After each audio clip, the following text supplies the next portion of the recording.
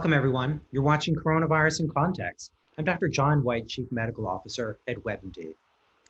What are we all doing when we're not on a Zoom? We're binge watching, and we're probably binge watching the Hallmark Channel. And I want to read you a recent article that I came upon the other day. It says, here's why it feels so good to watch those Hallmark holiday movies. So to answer that question, I went right to the source. Joining me is Annie Howell. She's the Chief Communications Officer of Crown Media, and Michelle Vicary. She's the Executive Vice President of Programming at the Hallmark Channel. Ladies, thanks for joining me. Great to be here. Thank you for having us. Thank you for having us. I'm really excited to be here.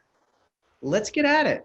Why does it make us feel so good watching those holiday movies on Hallmark? Michelle, what's the reason? Well, I will tell you, we have a brand that is about connection and about love and sometimes romance and family and traditions. And so this is a brand that's been around. It's one of the most iconic in American history. It is over 100 years young, and it is especially relevant today and in the last few years, where people are looking for something that makes them feel good. So our team has been very purposeful in delivering on all of those attributes I just described. You know, there's a lot of content out there. There's the breadth of the human experience is this wide, but part of it is feeling good. And so that's where our brand gives us the permission and the obligation to deliver purposefully on that for folks. And we hope when we do our job well and we deliver on that promise that people feel a little bit better after spending 2 hours with us about their community and about themselves and about their neighbors and about kindness. And it's a really important part of our soul that needs to be fed.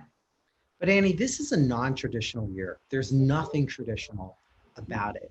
Are you surprised, though, that people then are going to something very traditional? Let's be honest, we know how the movie's going to end, right? It's going to be a good ending. So Annie, why do you think in a year in which everything is turned upside down, folks are going back to tradition? Does that surprise you?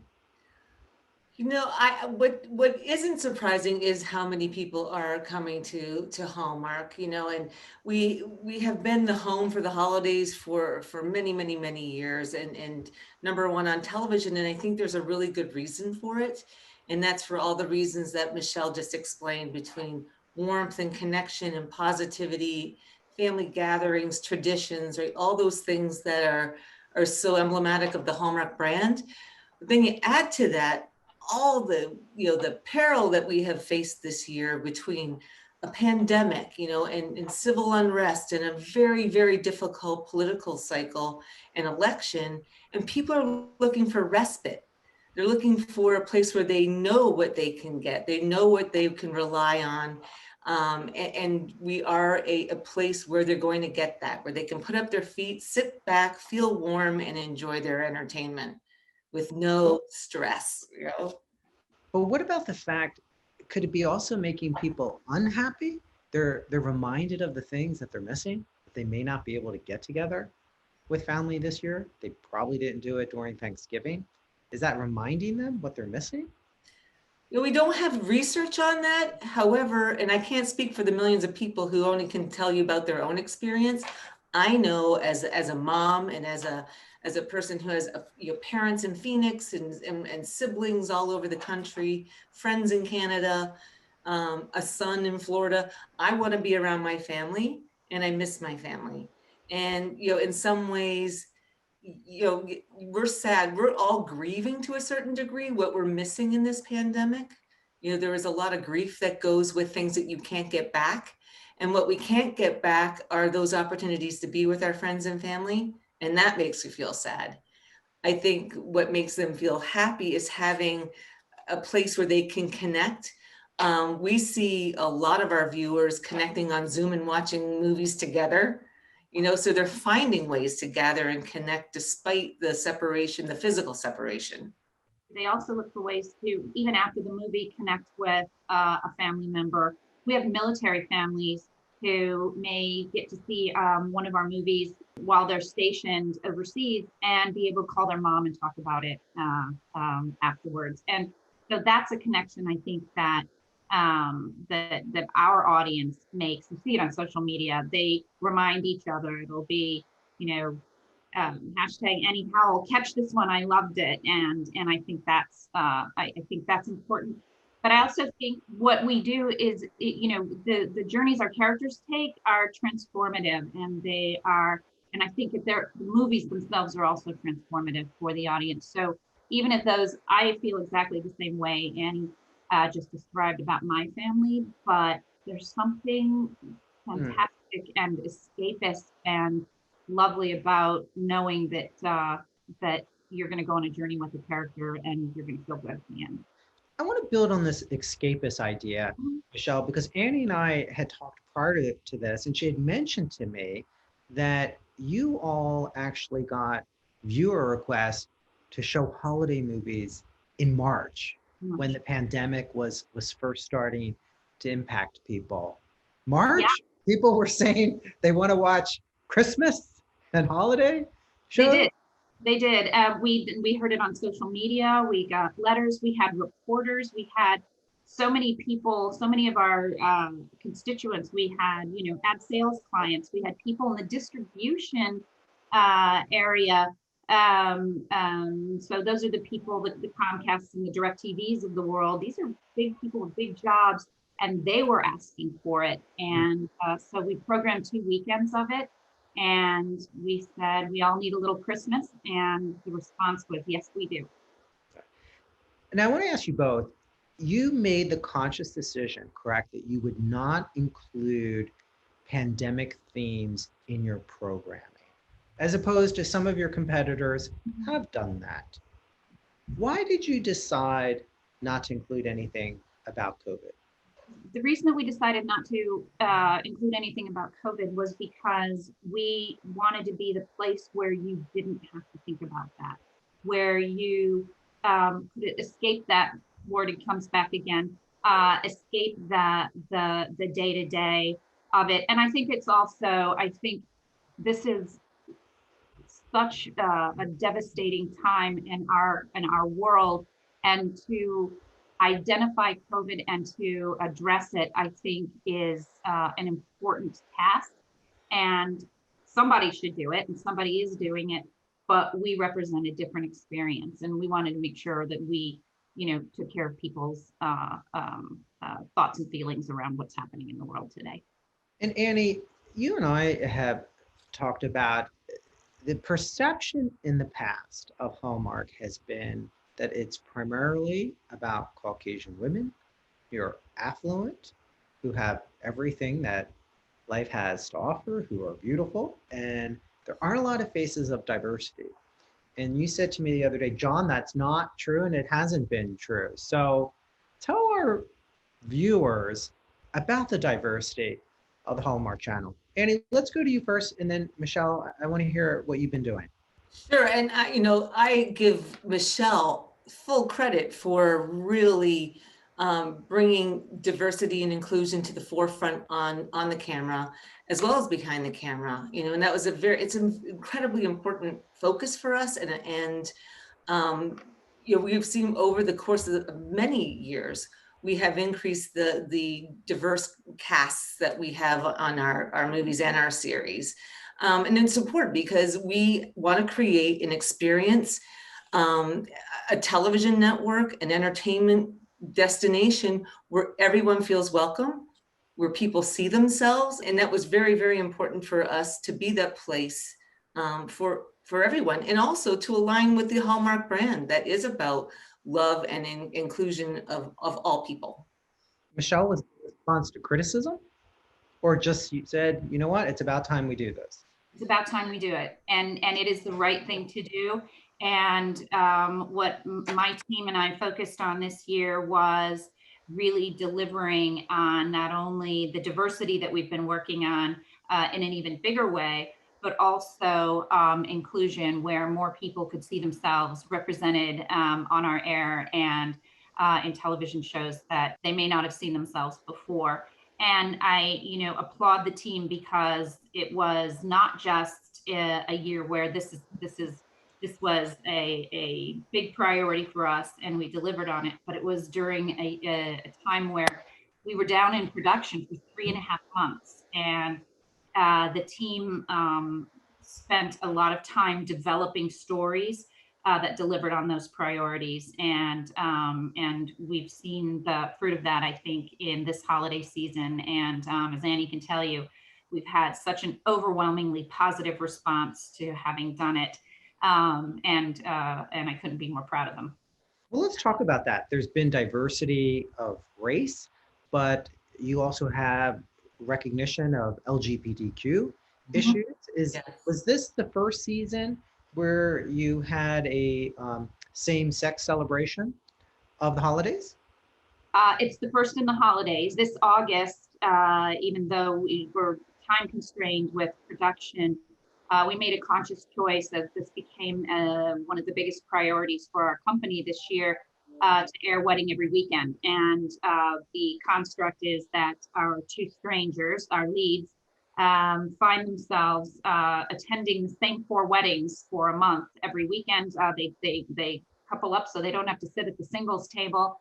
But one of those weddings was 2 women, and they kissed and got married, and that was our first. Of course they did. It's the Hallmark Channel. So Yes, you have to love. That's right. And nobody's surprised. Love is love. Yeah. Right. That's right. It was a lot of weddings. There was a lot of kissing going on. And so we were really proud of that.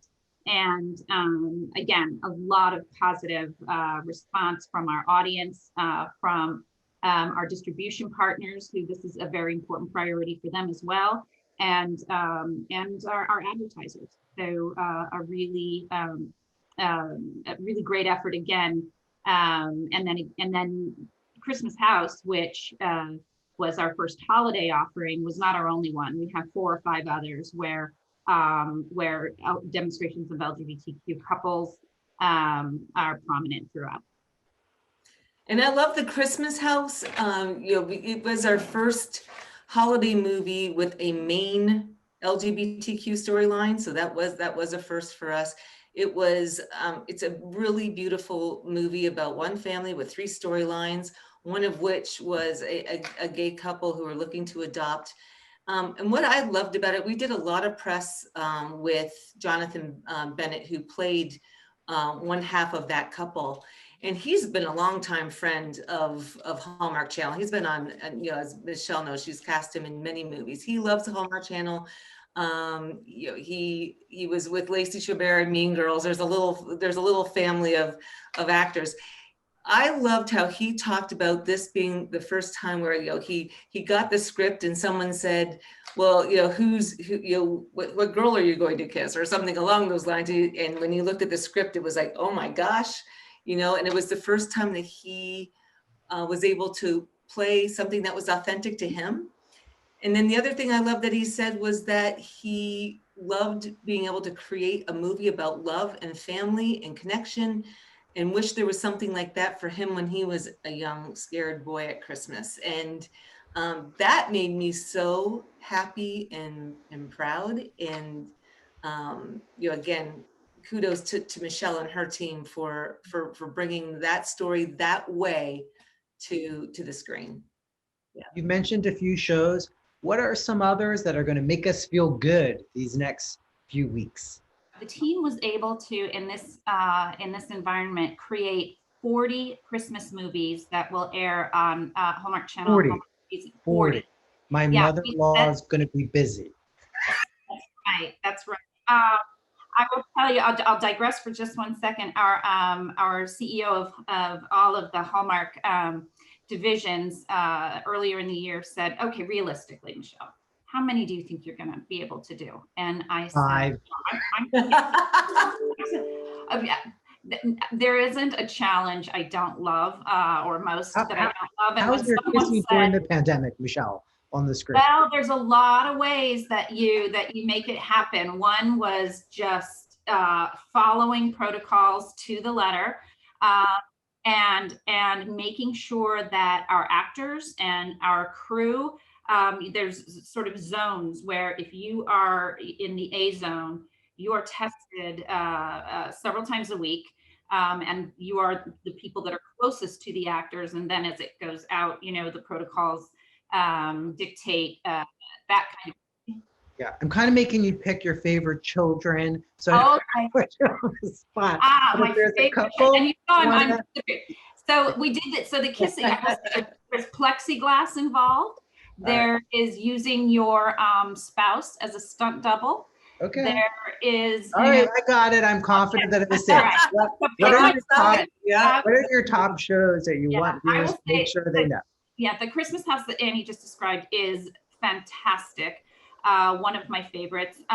We've got so many. This weekend is Love Lights Hanukkah. I thought it was it's the cutest movie. Yeah. Yeah. So our lead actress, our lead character, is adopted. Her parents have passed away, and she had celebrated Christmas with them. She does an at-home DNA test and finds out that she's half Jewish, and it's really beautiful and lovely.